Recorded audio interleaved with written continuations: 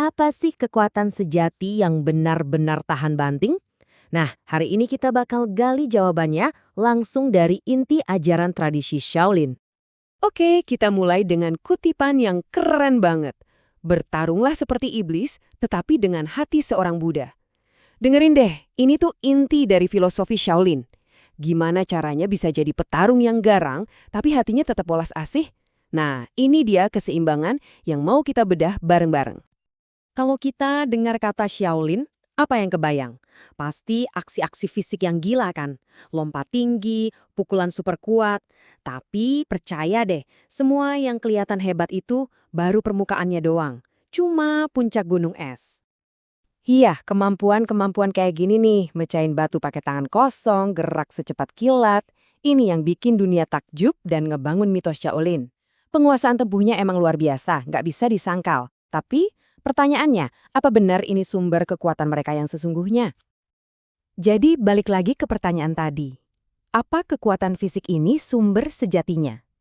Ternyata, menurut tradisi Shaolin sendiri, jawabannya jelas, bukan. Semua keahlian fisik itu cuma ekspresi luarnya aja dari sesuatu yang jauh lebih dalam. Oke, sekarang kita coba kupas kulit luarnya dan lihat apa sih rahasia di baliknya. Karena inti kekuatan Shaolin itu ternyata sama sekali bukan soal berantem.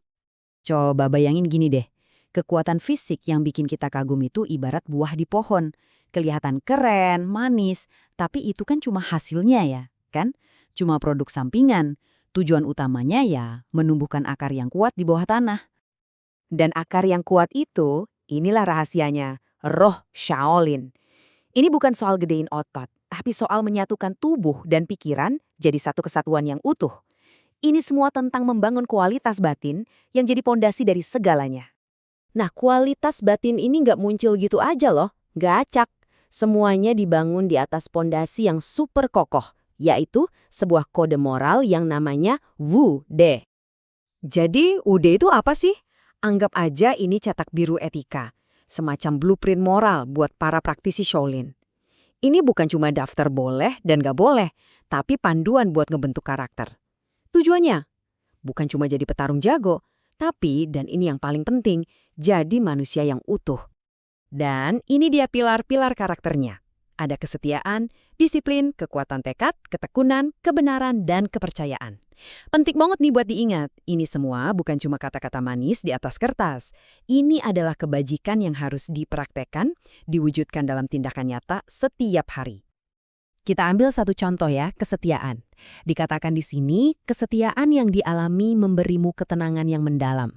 Coba deh bayangin, rasanya pasti kuat banget kan kalau kita tahu bahkan di saat-saat paling sulit sekalipun kita nggak sendirian. Poin kuncinya di sini adalah karakter sekuat ini tuh nggak instan. Nggak diwariskan dari lahir. Karakter itu harus ditempa, dibentuk. Hari demi hari, lewat latihan yang sadar dan terus-menerus. Nah, proses menempa karakter itu digambarkan dengan sangat pas di sini. Lihat deh alurnya. Semua itu dimulai dari hal terkecil, pikiran kita. Pikiran jadi kata-kata, kata-kata jadi tindakan. Tindakan kalau diulang-ulang jadi kebiasaan. Dan kebiasaan inilah yang akhirnya ngebentuk siapa kita, ngebentuk karakter kita, dan ujung-ujungnya menentukan takdir kita. Metode buat menempa karakter ini punya nama, yaitu Chen Wu. Ini perpaduan keren antara kenapanya dan gimananya. Meditasi atau Chen itu adalah esensi batinnya, kenapa kita melakukannya. Sementara seni bela diri atau Wu itu adalah ekspresi luarnya, gimana kita melakukannya. Dua hal ini nggak bisa dipisahkan, saling menguatkan satu sama lain. Oke. Ini semua kan filosofi kuno ya. Terus, apa hubungannya sama kita sekarang? Gimana caranya kebijaksanaan ini bisa relevan dan ngebantu kita menghadapi hidup yang serba ribet di zaman modern? Hasil akhirnya, stabilitas batin yang nggak ada duanya. Seperti yang dibilang di sini, kita bisa jadi sekuat pohon ek yang akarnya menancap dalam ke tanah. Mau ada badai kehidupan sekencang apapun, kita nggak bakal gampang tumbang. Jadi, inilah manfaat sejatinya. Bukan soal jago berantem ngalahin orang lain, tapi soal jago menguasai diri sendiri.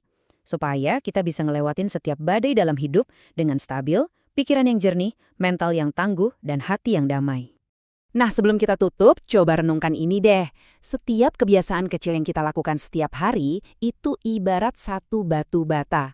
Sedikit demi sedikit, batu bata itu membangun karakter kita.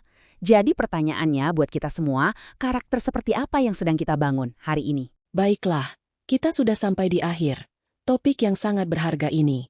Sebelum Anda menutup tab, izinkan saya memberitahu fakta yang mengejutkan. Lebih dari 75% dari Anda yang menonton video ini sampai detik terakhir belum mengklik tombol subscribe. Anda menikmati konten, tapi berisiko besar melewatkan informasi terbatas dan eksklusif yang akan datang.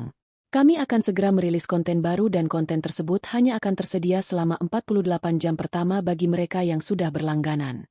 Jangan biarkan diri Anda menjadi bagian dari mayoritas yang ketinggalan kesempatan emas ini. Ambil tindakan sekarang juga. Klik subscribe dan nyalakan lonceng notifikasi, karena akses istimewa ke pengetahuan ini sangat terbatas. Jadilah yang pertama tahu, dan jangan jadi penonton pasif yang hanya numpang lewat. Subscribe sekarang.